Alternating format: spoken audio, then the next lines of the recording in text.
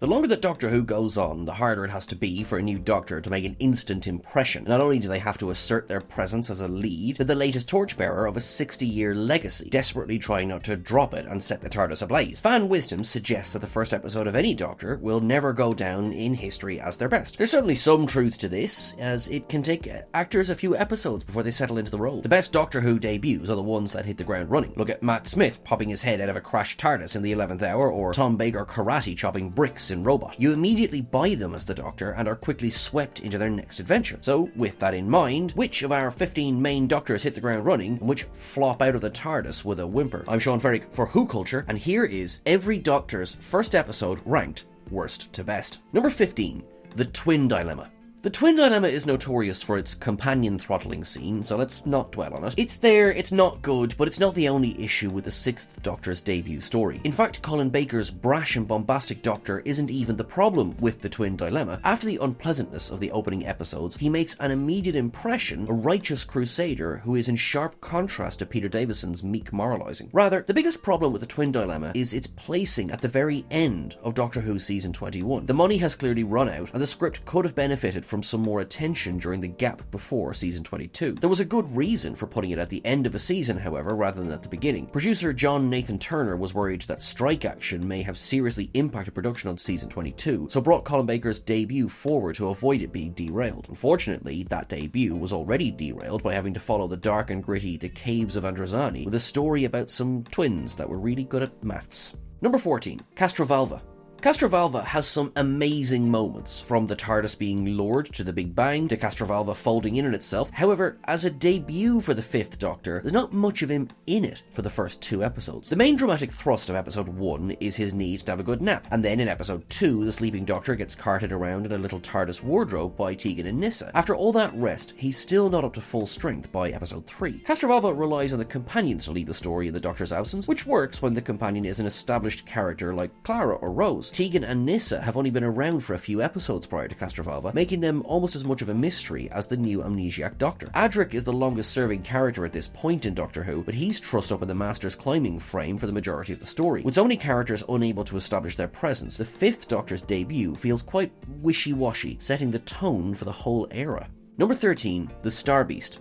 The Star Beast is a hard one to judge because its central premise relies on viewers seeing the 14th Doctor as an aged version of the 10th, but 14 never establishes himself as a new incarnation with an old face. Instead, he's just the 10th Doctor, but with stubble and bags under his eyes. On the plus side, that means any tedious post-regeneration amnesia is quickly dispensed with, as the Doctor's crisis becomes a core part of the story. Why has the Doctor chosen that face? What will it do to Donna Noble? On the downside, the Star Beast just feels like a throwback to 2008, but doesn't signal some bold new era for Doctor Who. While that's very obviously the point, this was the big 60th anniversary party after all, that makes it a strange entry in the long history of Doctor debuts. Number 12, Time and the Ronnie. Like the Twin Dilemma, Sylvester McCoy's debut story Time and the Ronnie was hampered by behind-the-scenes drama. This time, it was the dramatic exit of script editor Eric Sayward and the firing of Colin Baker. Sayward's departure meant that John Nathan Turner had to find a replacement quickly, and also meant that there was a dearth of workable scripts. Colin Baker's refusal to film a regeneration scene meant that the 7th Doctor's debut came out of a fairly unremarkable end from his predecessor. It's a minor miracle that Time and the Ronnie even got made, and it's a lot better than many would have you believe. It marks a significant upgrade in Doctor Who's VFX, and Sylvester McCoy is great fun as the 7th Doctor. However, the tedious aliens and the Ronnie's giant brain can feel like an embarrassing hangover from the worst sci-fi tropes of 1980s Doctor Who. Time and the Ronnie doesn't resemble what the McCoy era would quickly become, meaning that many see the superior Paradise Towers as the true start of the 7th Doctor's era.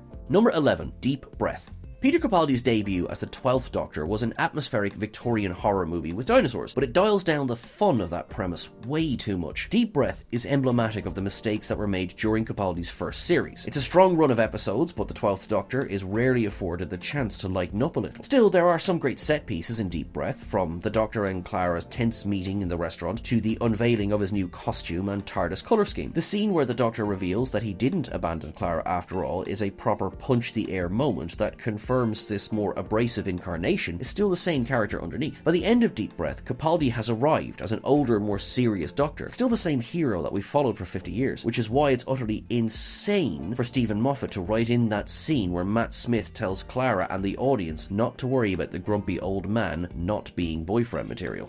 Number 10. The Christmas Invasion. The Christmas Invasion runs the risk of making the same mistakes that Castro Valva did way back in 1982. However, it's thanks to Billie Piper's brilliant performance as Rose Tyler that the modern era's first post-regeneration story works as well as it does. Ultimately, it's the story of the Doctor just needing a good lie down all over again, but with a bit of Christmas tinsel. However, the absence of the Doctor adds to the drama of the worsening situation with the Sycorax. If he doesn't wake up quickly and be the Doctor again, Earth is going to fall to an alien invasion. Rose is the audience identification figure throughout, gradually coming around to the new Doctor and reassuring the viewers at home that the new guy is going to be pretty great. David Tennant then gets his big hero moment by ripping off the Lion King, defeating the Sycorax leader in a sword fight, and flinging a tangerine at a handily placed button. It doesn't really get much more Doctorish than that. Number 9. The Church on Ruby Road.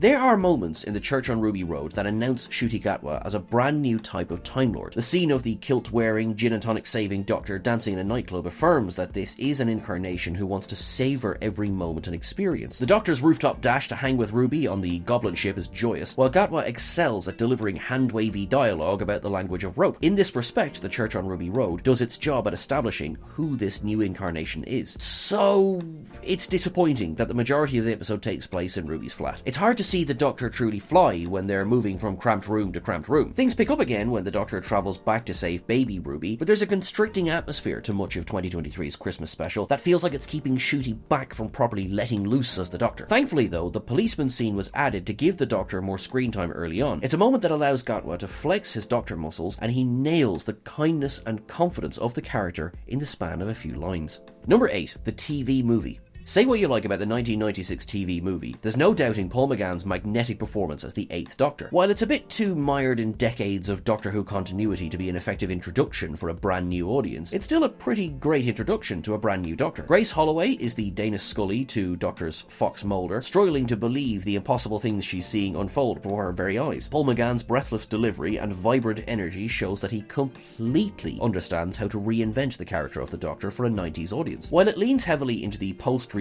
amnesia trope, Matthew Jacobs' script never forgets to make the Doctor our hero, giving him big, romantic and heroic moments as he begins to remember who he is. Sadly, outside of that special for the 50th anniversary, the TV movie never led to more live-action adventures for the 8th Doctor, but its failure to take off in America was nothing to do with Paul McGann, as evidenced by the slew of Big Finish performances. Number 7. The Woman Who Fell to Earth.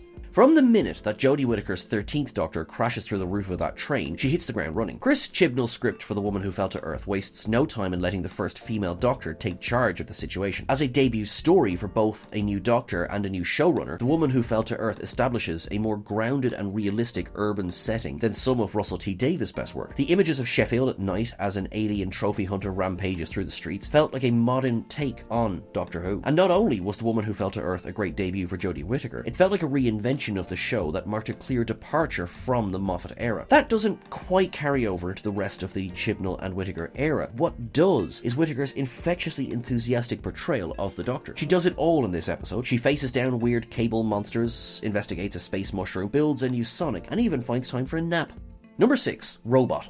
No actor has ever grasped the Doctor with as much enthusiasm as Tom Baker. That's clear from his very first story, Robot, in which he commands your attention from the moment he sits up in the unit laboratory. Placing Tom Baker's Doctor in a unit story is a perfect way to show how this fourth incarnation is different from his immediate predecessor. The fourth Doctor is far shabbier and rough around the edges than the sharply dressed third Doctor, and this difference in style carries over into the science. For example, it's hard to imagine that the third Doctor lobbing a bucket of metal-eating virus over an enormous K1 robot. That would have been more of a Sergeant Benton job, but here, the fourth Doctor gamely leans out of the side of Bessie and flings a pail of the solution over the giant rampaging android. Overall, Robot is a hugely enjoyable story that does a great job setting up the tone of the Tom Baker era. Number 5. Rose. The first episode of Doctor Who's 2005 revival had a big job to do, and the fact that we're all sitting here in 2024 proves that it surpassed all expectations. Rose is a Doctor Who episode that fizzes with chaotic energy. From burping wheelie bins to plastic Mickeys, there's a cartoonish aesthetic to Russell T Davies' 2005 relaunch, but it's grounded by Christopher Eccleston's excellent performance. Where other actors in the role may have leaned into the chaos, Eccleston's matter-of-fact performance makes you believe in some of Rose's more outlandish moments, which is exactly what you want from your Doctor. Both a brand new character and the Doctor that older fans knew and loved, Eccleston is truly phenomenal in Rose. He's a 21st century upgrade of the chilly outsider we first met in a junkyard, and despite being battered and bruised, he retains the charisma of his previous incarnations. Number 4. The power of the Daleks. The power of the Daleks introduces the concept that the Doctor can change their face by renewal, but doesn't get bogged down in the minutiae of how the process works. Instead, it kicks into gear with one of the greatest Dalek stories of all time. David Whittaker's Dalek scripts are always a joy because he writes them not as unthinking robots, but as sneaky, manipulative aliens. Here, they position themselves as compliant servants, but they're secretly plotting against everyone on Vulcan. It was a genius move to pit a brand new Doctor against the Daleks. After all, between 1963 and 1965, they were arguably the biggest stars that Doctor Who had produced. Bringing them back for Patrick Troughton's first story means that the pressure is taken off him as he finds his feet. Not that Troughton wastes any time, he instantly is charming as the second Doctor, retaining the impishness of Hartnell's incarnation, but dialing it all the way up. Many Doctor Who actors say they don't feel like they've arrived until they face the Daleks. Troughton does that on day 1, and the rest is history. Number 3. An Unearthly Child. Okay, yes, An Unearthly Child introduces us to a lead character who is a kidnapper and potential murderer. That's not the Doctor Who we would come to know and love. However, Doctor Who's first 25 minutes should be taught in schools. The way that it builds up the mystery of Susan Foreman and her enigmatic grandfather is masterful. The atmospheric foggy streets and the creepy old junkyard add to the sense of foreboding around what lies behind the gates of I.M. Foreman. And then, finally, the Doctor arrives, emerging out of the fog, coughing and spluttering, and deeply suspicious of those trespassing teachers. This isn't quite the Doctor that we'll grow to love, but the way that he tries to teach a disbelieving Ian and Barbara about the TARDIS is great. This won't be the last time that he has to try and explain insanely complicated scientific theories to pudding-brained Earthlings. An Unearthly Child more than lives up to the name Doctor Who, and though the rest of the story devolves into dull cavemen and aimless wandering, that first episode still holds up today as a solid 25 minutes of drama. Number 2. Spearhead from Space. We wouldn't be here today without Spearhead from Space. Doctor Who was facing cancellation at the end of the 60s, inspiring a radical budget-saving rethink, and then a technician's strike meant that Jon Pertwee's debut story also had to be radically rethought in terms of production. As a result, we get the most gloriously cinematic bit of Doctor Who until the 11th hour, which is heavily inspired by this. Like Matt Smith's debut, Spearhead from Space is all about an alien who falls from the sky and is then immediately thrown into saving the Earth. The third Doctor is also immediately charming, introducing himself to Liz with his endearing eyebrow acrobatics and generally running rings around the Brigadier. It must have been a major culture shock to viewers at the time to have the Doctor exiled to Earth and given a car instead of a TARDIS. However, Jon Pertwee's performance as the Doctor is so great that it reassures viewers that this is still the same show. So successful was Pertwee as the Doctor that it led to a brand new golden age for Doctor Who, the influence of which can still be felt today. Number 1. The 11th Hour.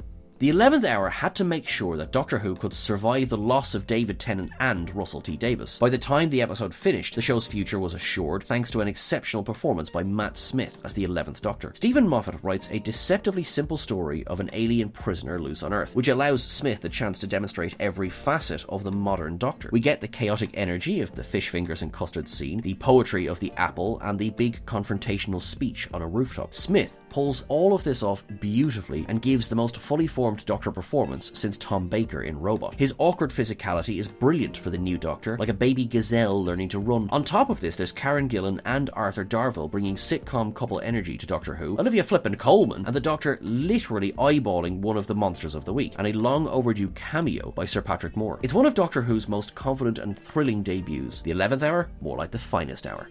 That is everything for our list today, folks. Thank you so much to Mark Donaldson, who wrote this article upon which this video is based. Please make sure you check that out over on whatculture.com. I have been Sean. You can find me on the various socials at Sean Ferrick. Please make sure that you're following at Who Culture on the various socials as well. We are, in fact, very close to 200,000 subscribers, so thank you so much to everyone who is subscribing. Please click those buttons. Every time that somebody does makes a serious change here on the channel. So thank you, keep things wibbly wobbly, and I will talk to you soon.